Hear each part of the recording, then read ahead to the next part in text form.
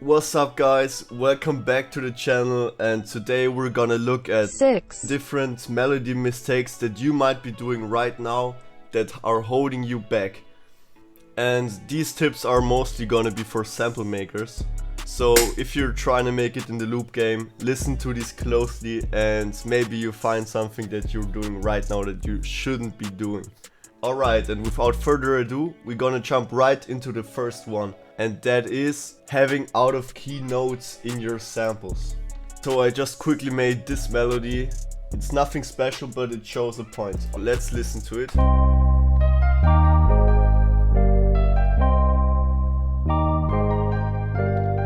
And you can clearly hear there is a wrong note in here. There is a simple fix to never having any out of key notes ever in your samples.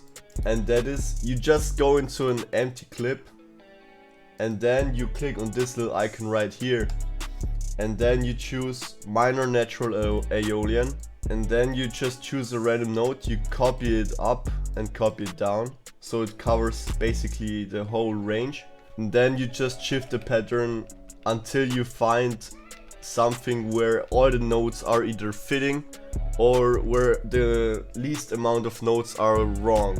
So now we can see all our notes are in scale, and if we would have notes that are not in the scale, then we could see that they are not lining up with this pattern and we could correct it.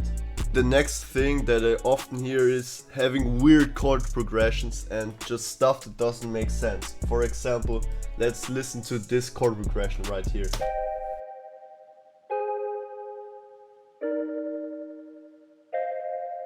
Right off the bat, this chord progression doesn't really have any direction. It's really hard to catch a groove to it, or it just doesn't sound really that good. If you have a problem of not being able to come up with good chord progressions, I will now show you a few chord progressions that you can find in hundreds of songs, and if you just stick to those for a while, you will make good samples basically. So the first one is, we start off at the root note, so we're in C minor right now, so I'm gonna start with a C chord, and then I will just copy this whole thing over, and then I will pitch it down 5 semitones. We then have a G minor chord. Let's listen to this.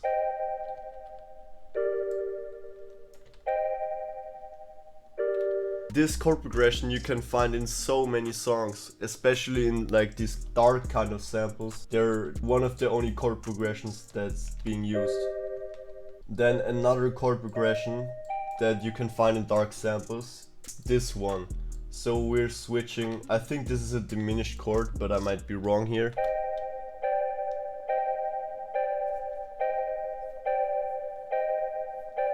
So the next one is this right here.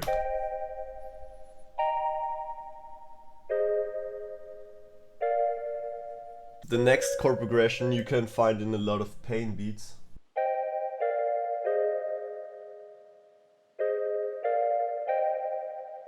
If you stick to these chords, I can guarantee you're gonna make better samples. The next thing is having way too many melodies in your samples. So let's listen to this.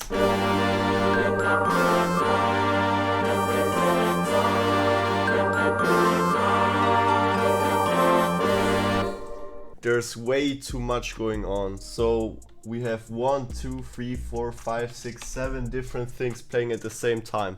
The one thing that I can recommend you is never have more than 4 things playing at the same time. Anything above that is just unnecessary and it will clutter up everything.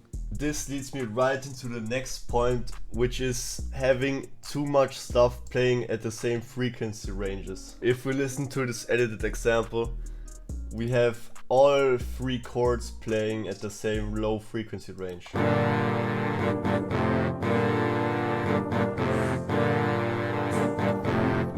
So we have this choir right here, and you can't even hear that. Also, this piano is way too low.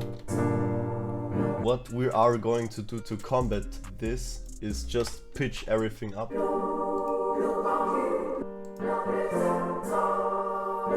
And right off the bat we can hear everything way more clearly.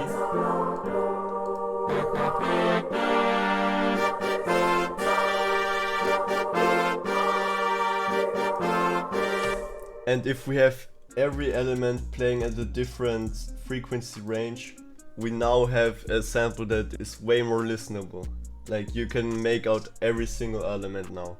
The next thing is having 2 short samples. So I just put down this quick idea here.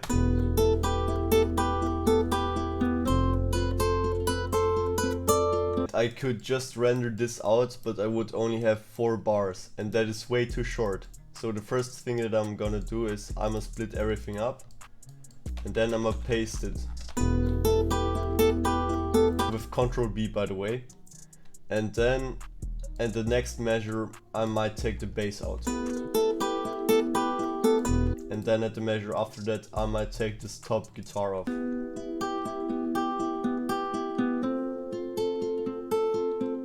Another thing that a lot of people do nowadays is put all the stems of the different melodies at the back. So now we have the stems at the end. If we render this out, the person that makes the beat can just take what they need and arrange the sample themselves. And now we're gonna look at the last point, which is having nothing unique about your samples. This is pretty much the hardest thing to get right. Most of the samples are just generic and you don't have anything that sets them apart from all the other samples that are out there. You have to have at least one element that makes your sample special. Let's listen to this guitar right here.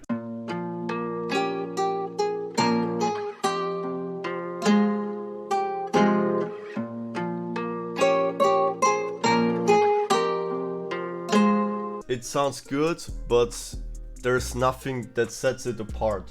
And one thing that you can do to achieve this uniqueness, which is one of many different things that you can do, is, for example, add a sliding note or something. I added this sliding bell right here.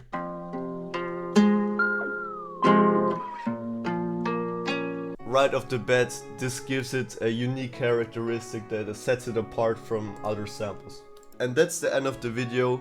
Be sure to like and subscribe and share this video if you found it helpful. See you in the next one.